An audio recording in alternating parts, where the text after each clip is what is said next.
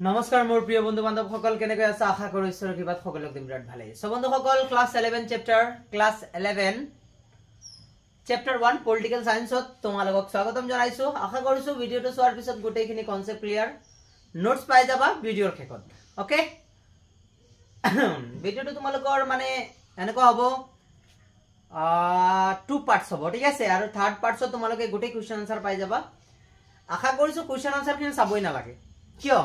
কাৰণ ইয়াৰ আগতে তোমালোকৰ গোটেই ফান্ডা ক্লিয়াৰ গোটেইখিনি মস্তিষ্কত কমাই দিম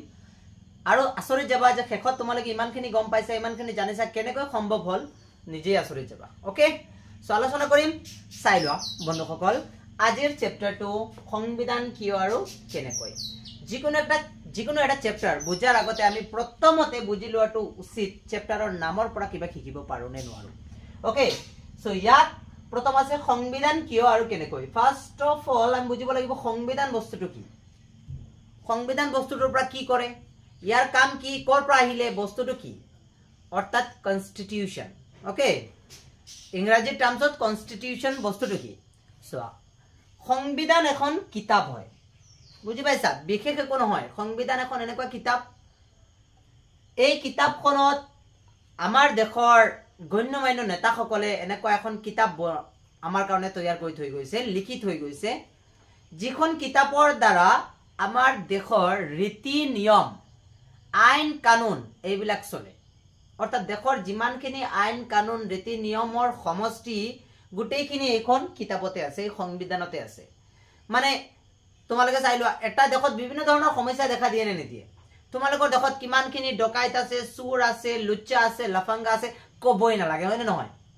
এই গোটেইখিনি যদি কিবা আইনীয়ভাৱে ভয় নাথাকে সিহঁতে কিমানখিনি অপৰাধ কৰিব চিন্তা কৰাচোন হয় নে নহয় এতিয়া চোৱা এজন ছোৱালী যদি ৰাস্তাত যায় তেতিয়া হলে যদি কোনো ধৰণৰ আইন কানুন নাথাকে যিকোনো লৰা তাক লৈ যাব পাৰে অপহৰণ কৰি তোমাৰ ঘৰত আই ওপেনলি ডকাইতি কৰিব তুমি কিবা এটা ধন বনাইছা সেই ধনটো ওপেন চুৰি কৰি লৈ যাব দেশৰ নিয়ম নীতি নাই পুলিশ নাই সৈনিক নাই চলিবনে নচলে সো যেনেকুৱা এখন ঘৰ চলিবলৈ কিছুমান নীতি পৰম্পৰাৰ মাজত চলে ঠিক একেদৰে এখন দেশ চলিবলৈ কিছুমান ৰীতি থাকিব নিয়ম থাকিব লাগিব আইন থাকিব লাগিব ল থাকিব লাগিব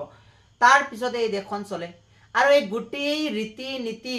যিমানখিনি আইন কানুন আছে এই গোটেইখিনি আইন কানুন এখন দেশৰ সংবিধানত থাকে আৰু এই সংবিধানখন ফলো কৰি এখন দেশ চলে সো সেইটো হৈছে সংবিধান বুজি পাইছা এতিয়া সংবিধান বুলি ক'লে তোমালোকৰ ডেফিনেশনটো ক্লিয়াৰ এটা সংবিধানটো আমাক লাগে বা কিয় প্ৰয়োজন কি প্ৰশ্নটো বহুত আহে যে এইটো ফাৰ্স্ট ইয়াৰত এইটো কোৱেশ্চন প্ৰায় খুদে যে সংবিধান আমাক কিয় লাগে বুজি পাইছা এতিয়া ডেফিনেটলি আমি বুজি পাইছো কথাটোৰ পৰা সংবিধান নহলে আমাৰ দেশৰ আইন কানুনে নচলিব লয়ে নচলিব ৰীতি নীতিয়ে নচলিব যদি এখন দেশৰ ৰীতি নীতি নচলে তুমি নিজে চিন্তা কৰি লোৱা কি অৱস্থায় দেখা দিব বুজি পাইছা নে নাই কোৱাচোন নিশ্চয় বুজি পাইছা যদি ৰীতি নীতি নাথাকে তেতিয়াহলে সমস্যা ডেফিনেটলি হ'ব কেনেকৈ হ'ব চোৰ ডকাইত ওপেনলি চুৰি কৰিব ডকাইতি কৰিব হয়নে নহয় মানুহে মানুহক মাৰিব হত্যা কৰিব হত্যা অপহৰণ কৰিব নাৰীবিলাকক অত্যাচাৰ কৰিব অন্যায় চলিব অবিচাৰ চলিব সো এই গোটেইখিনিৰ পৰা মুক্তি পাবলৈ আমাক এখন সংবিধানৰ প্ৰয়োজন আৰু এই সংবিধান মোতাবিক যদি এখন দেশ চলে তেতিয়াহলে কোনো ধৰণৰ তাত সমস্যাই দেখা নিদিব যেহেতু তাত কি হ'ব যদি কোনোবাই চুৰি কৰে তেতিয়াহলে চুৰৰ উচিত বিচাৰ হ'ব ডকাইতি কৰিলে ডকাইতৰ উচিত বিচাৰ হ'ব কিবা ৰুল কানুন ভাঙিছে কোনোবাই আইনৰ কথা মানা নাই তাৰ উচিত বিচাৰ হ'ব সো এই গোটেইখিনি বিচাৰ হ'ব কত সংবিধানৰ মাধ্যমত সংবিধানৰ দ্বাৰা কথাখিনি মাইন্ডত কমাইছে সংবিধান আমাক কিয় লাগে সংবিধান বস্তুটো কি বুজি পাইছা এতিয়া কথাটো হল সংবিধানটো আহিল কেনেকৈ আমাৰ ভাৰতত যে এটা সংবিধান আছে লিখিত এখন সংবিধান আছে এখন দিগলীয়া সংবিধান যে আছে এই সংবিধানখন আহিল কৰ পৰা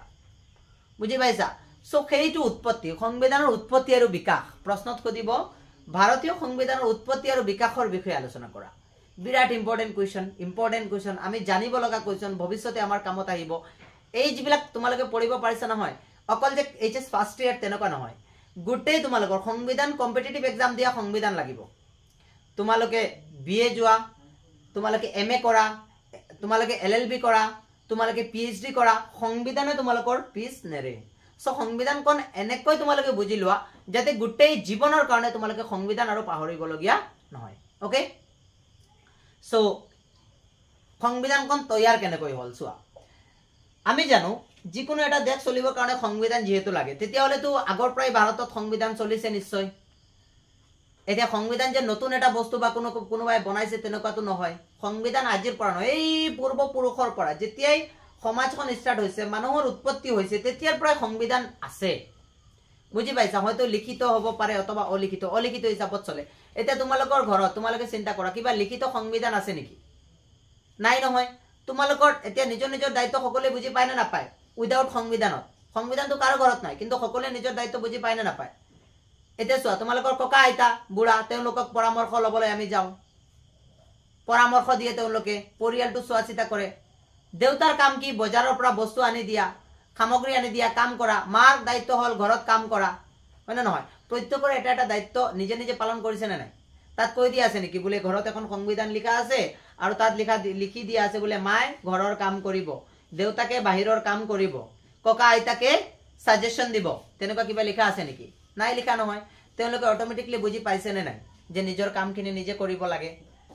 হয় না নহয় এনেকুৱাটো লিখা নাই বোলে নাই সংবিধানত উল্টা লিখা আছে হয় না নহয় তাৰ বিপৰীতে কাম কৰা আছে বোলে সংবিধানত লিখা আছে মায়ে বাহিৰৰ কাম কৰিব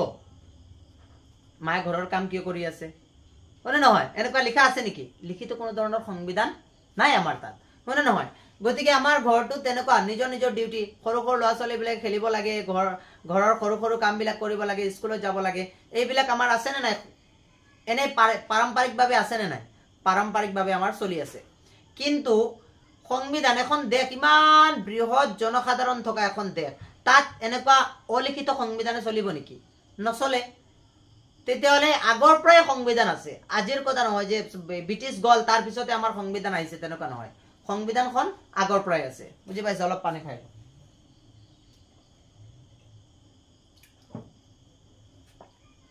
সংবিধানখন আগৰ পৰাই আছে একদম পূৰ্বপুৰুষ যেতিয়াৰ পৰা মানৱ জাতিৰ সৃষ্টি হৈছে তেতিয়াৰ পৰা সংবিধান আছে কিন্তু তাৰ ৰূপটো বেলেগ বেলেগ হিচাপত হৈ আজি এটা সংবিধান লিখিত ধুনীয়া এটা সংবিধান আমাৰ ভাৰতীয় সকলে বনোৱা এটা সংবিধান আমাৰ হাতত আহি পৰিছে ইয়াৰ আগত আমাৰ ব্ৰিটিছ সকল আহিছিল ব্ৰিটিছ সকলে তেওঁলোকে আমাৰ ভাৰতক শাসন কৰিবলৈ তেওঁলোকে এটা নিজস্ব সংবিধান বনাইছিল ইয়াৰ আগত মোগল সকল আহিছিল ফৰাচী সকল আহিছিল জাৰ্মান সকল আহিছিল সকলো এটা এটা সময়ত আহি আমাৰ পৰা গৈছে আৰু তেওঁলোকৰ বিভিন্ন ধৰণে তৰফে সংবিধান আছিল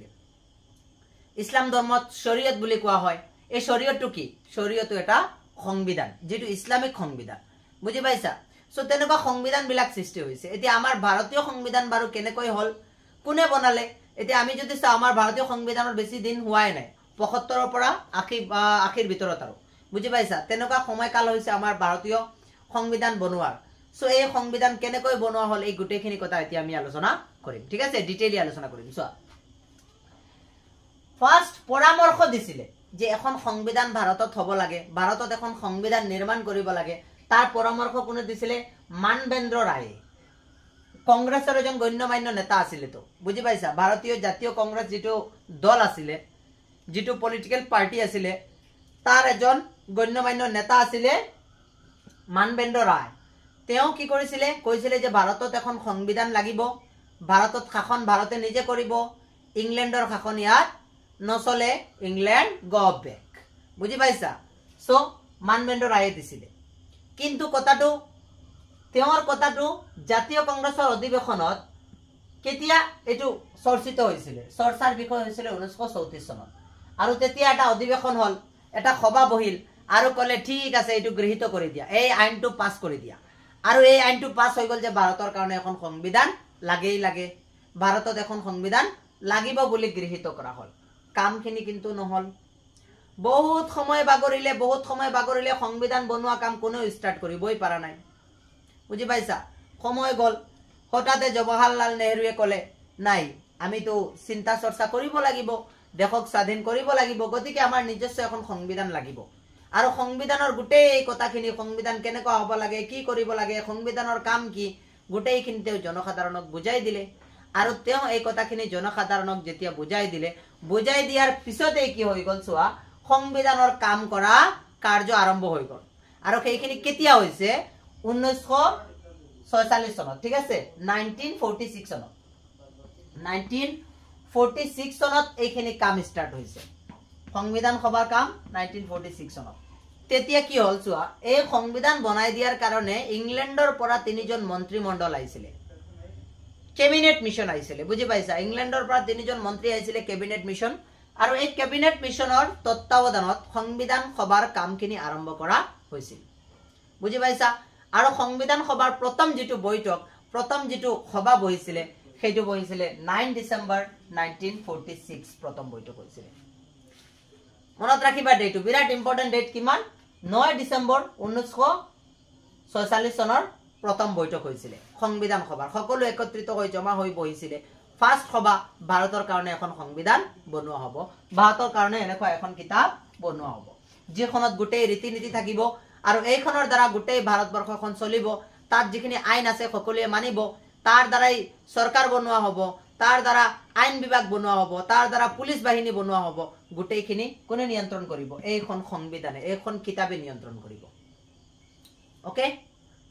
ক্লিয়াৰ সোৱা ইয়াৰ পিছত কি হল সকলো ৰাজ্য প্ৰদেশ সকলো একেলগত হল সেইটো সময়ত সোৱা সেইটো সময়ত ৰাজ্য আৰু প্ৰদেশ বুলি ক'লে কি এটা তোমালৈ কবা ৰাজ্য আৰু প্ৰদেশটো বুজা নাই স্যাৰ গোটেইখিনি বেলেগ বেলেগ নহয় সোৱা সেইটো সময়ত ভাৰতৰ সৰু সৰু কিছুমান টুকুৰাত বিভক্ত আছিল বুজি পাইছা কৰবাত হায়দৰাবাদ কৰবাত কাশ্মীৰ কৰবাত সব বেলেগ বেলেগ বুজি পাইছা বেলেগ বেলেগ প্ৰদেশ আছিল এনেকুৱা আৰু ভাৰতৰ যিখিনি আছিল সেইখিনি ঠাই সৰু ঠাই আছিল তাতো কেইবাটাও ৰাজ্য আছিল বুজি পাইছা ভাৰতৰ লগত কেইবাটাও ৰাজ্য ভাৰত এটা নাম আছিল তাৰ লগত কেইবাটাও ৰাজ্য আৰু বেলেগ বেলেগো কিছুমান প্ৰদেশ আছিল যেনেকুৱা হায়দৰাবাদ জুনাগড় মানে নহয় কাশ্মীৰ এইবিলাক বেলেগ বেলেগ প্ৰদেশো আছিল লগতে ভাৰত সেইটো সময়ত ভাৰত কাশ্মীৰ এইবিলাক মানে টুকুৰা টুকুৰা আছিল বুজি পাইছা আৰু প্ৰদেশ বিলাক আছিল গোটেইটো ভাৰত কিন্তু গোটেইটো ভাৰত হলেও তাৰ ভিতৰতে গোটেইটো ভাৰত তাৰ ভিতৰত হলেও ভাৰতৰ লগত ডাইৰেক্ট ৰিলেশন পাতি থকা 93 খন আছিল আৰু বাকি যিমান আছিল সব নিজৰ নিজৰ প্ৰদেশ প্ৰদেশ হৈ আছিল বুজি পাইছা গতিকে তাত চোৱা 296 খন প্ৰদেশ আৰু 93 খন দেশীয় ৰাজ্য একলগ হৈছিল এতিয়া এই গোটেই বিলাকত এই প্ৰদেশত প্ৰত্যেকটো প্ৰদেশত বেলেগ বেলেগ ৰজা আছিল প্ৰত্যেকটো প্ৰদেশত দেশীয় ৰাজ্য বিলাকত বেলেগ বেলেগ ৰজা বুজি পাইছা কাৰণ সেইটো সময়তো ডাইৰেক্ট প্ৰধানমন্ত্ৰী নাছিল ৰজাই শাসন চলাইছিল সো হায়দৰাবাদত নিজাম আছিল হয় না নহয় এনেকা তোমালোকৰ এই কাশ্মীৰত আকৌ বেলেগ কোনোবা আছিল শেখ আব্দুল্লাহ ইয়াৰ পিছত জম্মু কাশ্মীৰত বেলেগ কোনোবা আছিল ইয়াৰ পিছত বেংগলত বেলেগ কোনোবা আছিল সিৰাজউদ্দৌলা আছিল তেনেকা সকলোতে বেলেগ বেলেগ বেলেগ বেলেগ কি আছিল সিৰাজউদ্দৌলা নহয় দে কোনোবা বেলেগ আছিল সাকে পাহৰি গৈছো চাবা এটা প্ৰত্যেকতে বেলেগ বেলেগ ৰজা এতিয়া সকলোৰ কাৰণে সংবিধান লাগে এতিয়া সকলোৰ কাৰণে যে এটা সংবিধান বনাব আৰু সকলোতে যে এটা সংবিধান লাগু কৰিব গোটেই ভাৰতবৰ্ষত সেইটো সম্ভৱ নে বাৰু সম্ভৱ হ'ব নেকি কাৰণ সকলোৰ নিয়ম নীতি বেলেগ বেলেগ হয় না নহয় এতিয়া অসমৰ বিলাকে অসমীয়া কথা পাতে এতিয়া তেওঁলোকে ভাৰতৰ কথা নামানিবও পাৰে নুবুজিবও পাৰে ভাৰতীয় সংবিধানৰ কথা নামানিবও পাৰে তেনেকুৱা হ'ব পাৰে নে নোৱাৰে এতিয়া কলকাতা বিলাকে কি কব বাবু মশাই আমাদের হবে না মানে নহয় কলকাতান বিলাকে কি কব বাবু মশাই আমি এটা মানি না কাৰণ তেওঁলোকে বাঙালি তেওঁলোকে সংবিধান নামানিবও পাৰে মানে নহয় আকৌ যদি আমি চাও জম্মু কাশ্মীৰ বিলাকে উৰ্দু কব মানে নহয় তেওঁলোকৰ নহব গতিকে মুম্বাই বিলাক কি কব মাৰাঠী কব তেওঁলোকে হয়তো নামানিবও পাৰে গতিকে সকলোৰ পৰম্পৰা সাজপাৰ বেলেগ বেলেগ তেনেকুৱা অৱস্থাত গোটেই দেশৰ কাৰণে এটা সংবিধান বনোৱা বিৰাট এটা সমস্যাই দেখা দিছিল তথাপিও কি কৰিছিল ভাৰতীয় নেতাসকলে হাৰ মানা নাই আৰু তেওঁলোকে ভাবিলে যেনেকুৱা যি হওক যি কাজিয়া হওক যেনে ধৰণৰ সমস্যা হওক আমি গোটেইখিনিৰ সমাধান কৰিম আৰু ভাৰতৰ কাৰণে এখন সংবিধান আমি প্ৰস্তুত কৰি দিমেই দিম সেইখিনি কৰিলে আৰু কি কৰিলে প্ৰথমখন বৈঠক বহালে 9 ডিসেম্বৰ 1946 চনত প্ৰথম বৈঠক বহিল এনেকুৱা বিশাল এটা সভা প্ৰথম বৈঠকত বিশাল এটা সভা পাতিলে তাত প্ৰদেশৰ পৰা ৰজাবিলাক আহিলে ৰাজ্যৰ পৰা ৰজাবিলাক আহিলে সব ৰাজা মহাৰাজা একেলগত বহি আছে মন্ত্ৰী মিনিষ্টাৰ সকল বহি আছে জৱাহৰলাল নেহৰু সৰ্দাৰ বল্লভভাই পটেল ৰাজেন্দ্ৰ প্ৰসাদ মানে নহয় আদি গণ্যমান্য নেতা সকল বহি আছে বুজি পাইছা যেতিয়া তাত বিচাৰ কৰা হল বোলে সংবিধান আমি যেনেকুৱা স্কুলত এইটো কি আহি গ'ল আমি যেনেকুৱা স্কুলত কিবা এটা সভা পাতো ফেয়াৰৱেল পাতো ফেচাৰ্ছ পাতো তাতে কি কৰোঁ আমি বা টিচাৰ্ছ ডে পাতো এইটো বহুত সমস্যা কৰি আছে চোৱাৰ পিছত কি হ'ল এনেকুৱা এখন সভা বহিল আৰু সভাৰ কাৰণে এতিয়া আমাৰ যেনেকুৱা এটা প্ৰচেছত যায় স্কুল অথবা কিবা এটা মিটিং যদি হয় তেতিয়াহ'লে প্ৰথমতে সভাৰ সভাপতি নিৰ্বাচন কৰোঁ আমি কাৰণ এজন সভাপতি হ'ব লাগে আৰু এই সভাপতিৰ তত্ত্বাৱধানত গোটেইখিনি সভা চলে সো সেম একেদৰে কি কৰা হৈছে সংবিধান সভা যেতিয়া এনেকুৱা সকলো মানুহ বহিছে বহি লোৱাৰ পিছত এজন বয়োজ্যেষ্ঠ মানুহ বিচাৰিব কাৰণ এজন বয়োজ্যেষ্ঠ মানুহ লাগিব আৰু এইজনৰ নেতৃত্বত কি হ'ব গোটেই সংবিধান সভাখন চলিব সো সকলোৱে ক'লে কাক বনোৱা যায় সংবিধান সভাৰ সভাপতি চিন্তা কৰক আপোনালোকে গোটেই ৰজা মহাৰজা ৰাজৱাড়া সকলো কোৱা হ'ল তেতিয়া সকলোৱে চিন্তা কৰিলে দেখিলে ইয়াত সকলোতকৈ বৃদ্ধ কোন আছে আটাইতকৈ বুঢ়া কোন আছে তেতিয়া দেখা পালে ইয়াত আছে কোন খচিনান সিনহা তেতিয়া কোনোবাই প্ৰস্তাৱ কৰিলে বোলে আজিৰ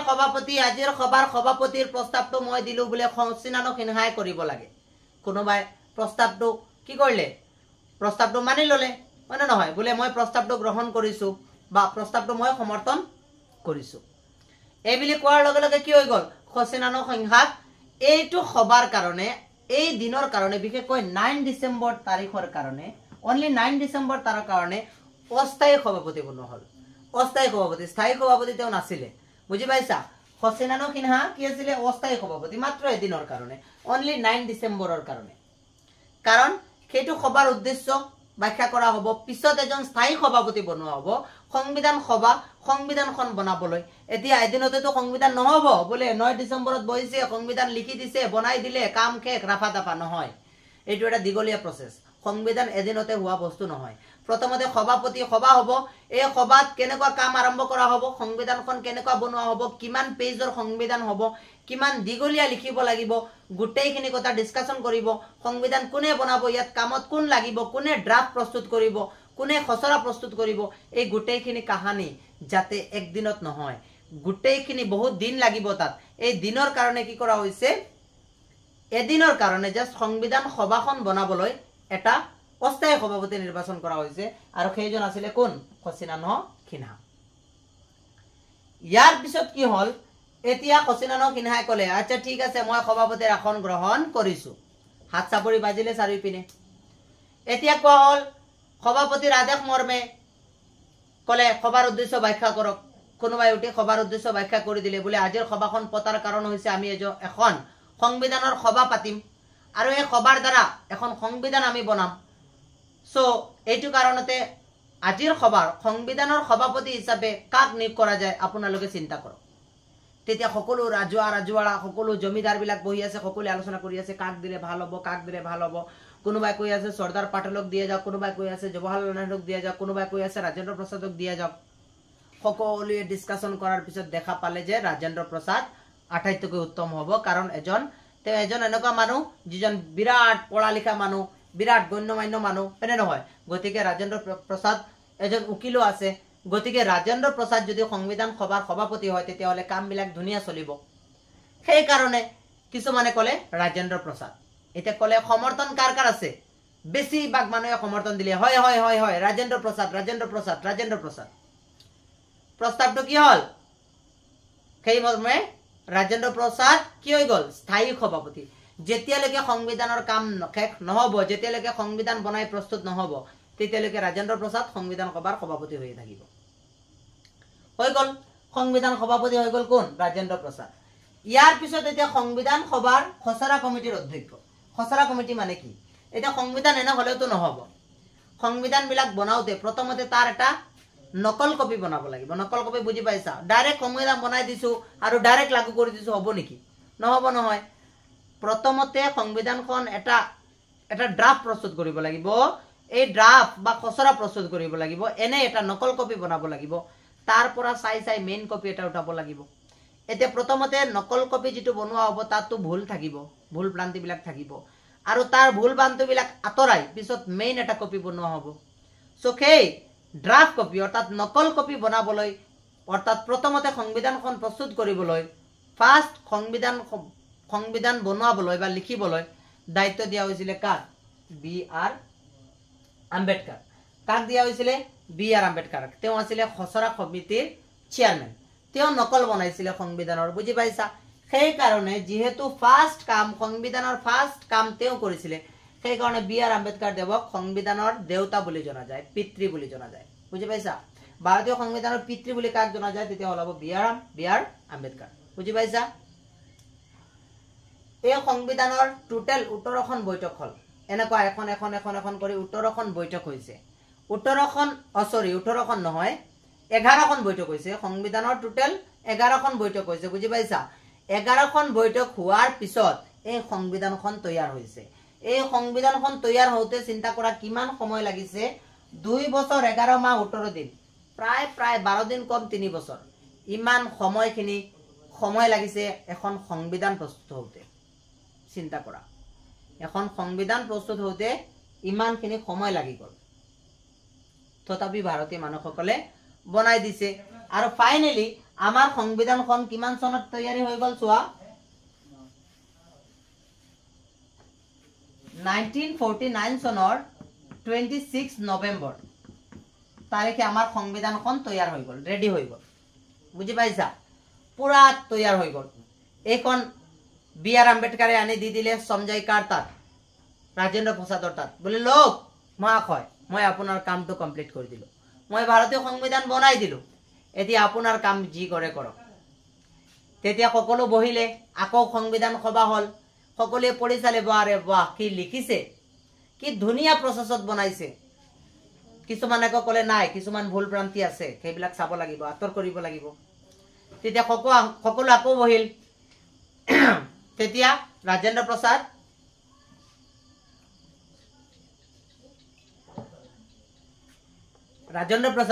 আৰু জৱাহৰলাল নেহৰুৱে কলে ইমান দিন যদি আমি অপেক্ষা কৰিব পাৰিছো তেতিয়া হলে আমি আৰু 1 বছৰ অপেক্ষা কৰিব পাৰো সংবিধানখনৰ গোটেই ভুল ভ্ৰান্তি আতৰাই নিদিয়ালৈকে সংবিধান লাগু নহব আমি ইয়াত চাম কি ভুল আছে খৰচি মাৰি চাম গোটেই কাহানী বাক চাম পিছতে আমি সংবিধানখন লাগু কৰিম সেইদৰে কি কৰা হৈছে সংবিধানখন বাৰে বাৰে আলোচনা কৰা হল চোৱা হল আৰু চাই পিনে কি কৰা হল 1950 চনৰ 26 জানুৱাৰী তাৰিখে কমপ্লিট 1 বছৰ হোৱাৰ পিছত কি কৰা হৈছিল সংবিধানখন লাগু কৰি দিয়া হল সেই দিনটো ইমান উল্লাসৰে উদযাপন কৰা হল মানে কবই নালাগে জাতীয় পতাকা উত্তোলন কৰা হল জনগণ গোৱা হল আৰু ইমান উল্লাস আৰু ফূৰ্তি মানে কবই নালাগে কিমান যে উল্লাস আৰু সেই দিনৰ পৰাই আমি প্ৰত্যেক বছৰে 26 জানুৱাৰী তাৰিখে গণৰাজ্য দিৱস পালন কৰো তোমালোকে পতাকা উত্তোলন কৰিবলৈ নিশ্চয় যোৱা স্কুলে কলেজে গতিকে সেইটো আছিল কি 1950 26 জানুৱাৰী তাৰিখে আমাৰ সংবিধানখন লাগু হৈছিল বুজি পাইছা সো এই কাহানীবাক তোমালোকে নিশ্চয় বুজি পাইছা যে আমাৰ সংবিধানখনৰ প্ৰথম যেটো সংবিধান তৈয়াৰ হ'ব লাগে বুলি প্ৰস্তাৱ কোনে দিছিলে প্ৰথম পৰামৰ্শ দিছিলে মানবেন্দ্ৰ ৰায় হয় না নহয় আৰু 1934 চনত জাতীয় কংগ্ৰেছৰ অধিৱেশনত সংবিধান সভাৰ প্ৰস্তাৱটো গৃহীত হৈছিল ইয়াত 296 খন প্ৰদেশ আৰু 93 খন দেশীয় ৰাজ্য মিলিত হৈ সংবিধানত বহিছিলে বনাবলৈ প্ৰথম কোন তাৰিখে সংবিধান বনোৱা আৰম্ভ হল প্ৰথম বৈঠক কেতিয়া হৈছিল 9 ডিসেম্বৰ 1946 চনত অস্থায়ী সভাপতি আছিল খচিনানন্দ সিংহা স্থায়ী সভাপতি ৰাজেন্দ্ৰ প্ৰসাদ খচৰা সমিতিৰ অধ্যক্ষ বি আৰ আম্বেদকাৰ দেৱ মোট 11খন বৈঠক আৰু সময় আছিল 2 বছৰ 11 মাহ 18 দিন সংবিধান বনি তৈয়াৰ হৈছিল 1949 চনৰ 26 নৱেম্বৰ তাৰিখে লাগু হৈ পৰিছিল 1950 চনৰ 26 জানুৱাৰী তাৰিখে বুজি পাইছা এতিয়া যে সংবিধানখন হল সংবিধানখনৰ মূল লক্ষ্য বাৰু কি লক্ষ্যত সংবিধানখন বনোৱা হল এটা লক্ষ্য থাকিব তাৰ এটা পাৰপাস থাকিব এটা এইমছ থাকিব সো এই সংবিধানখনৰ এইমছ কি এখন যে বনোৱা হল কি কাৰণে বনোৱা হল মূৰত তেল গহিবলৈ বনোৱা হল নে সুবাই খাবলৈ বনোৱা হল কি কাৰণত বনোৱা হল এতিয়া ইয়াৰ লক্ষ্য আৰু এইমছ বিলাক বৰখনৰ কাৰণে ভিডিও বনোৱা নগল নেক্সট পাৰ্টত তোমালোকে এইখিনি পাই যাবা ধন্যবাদ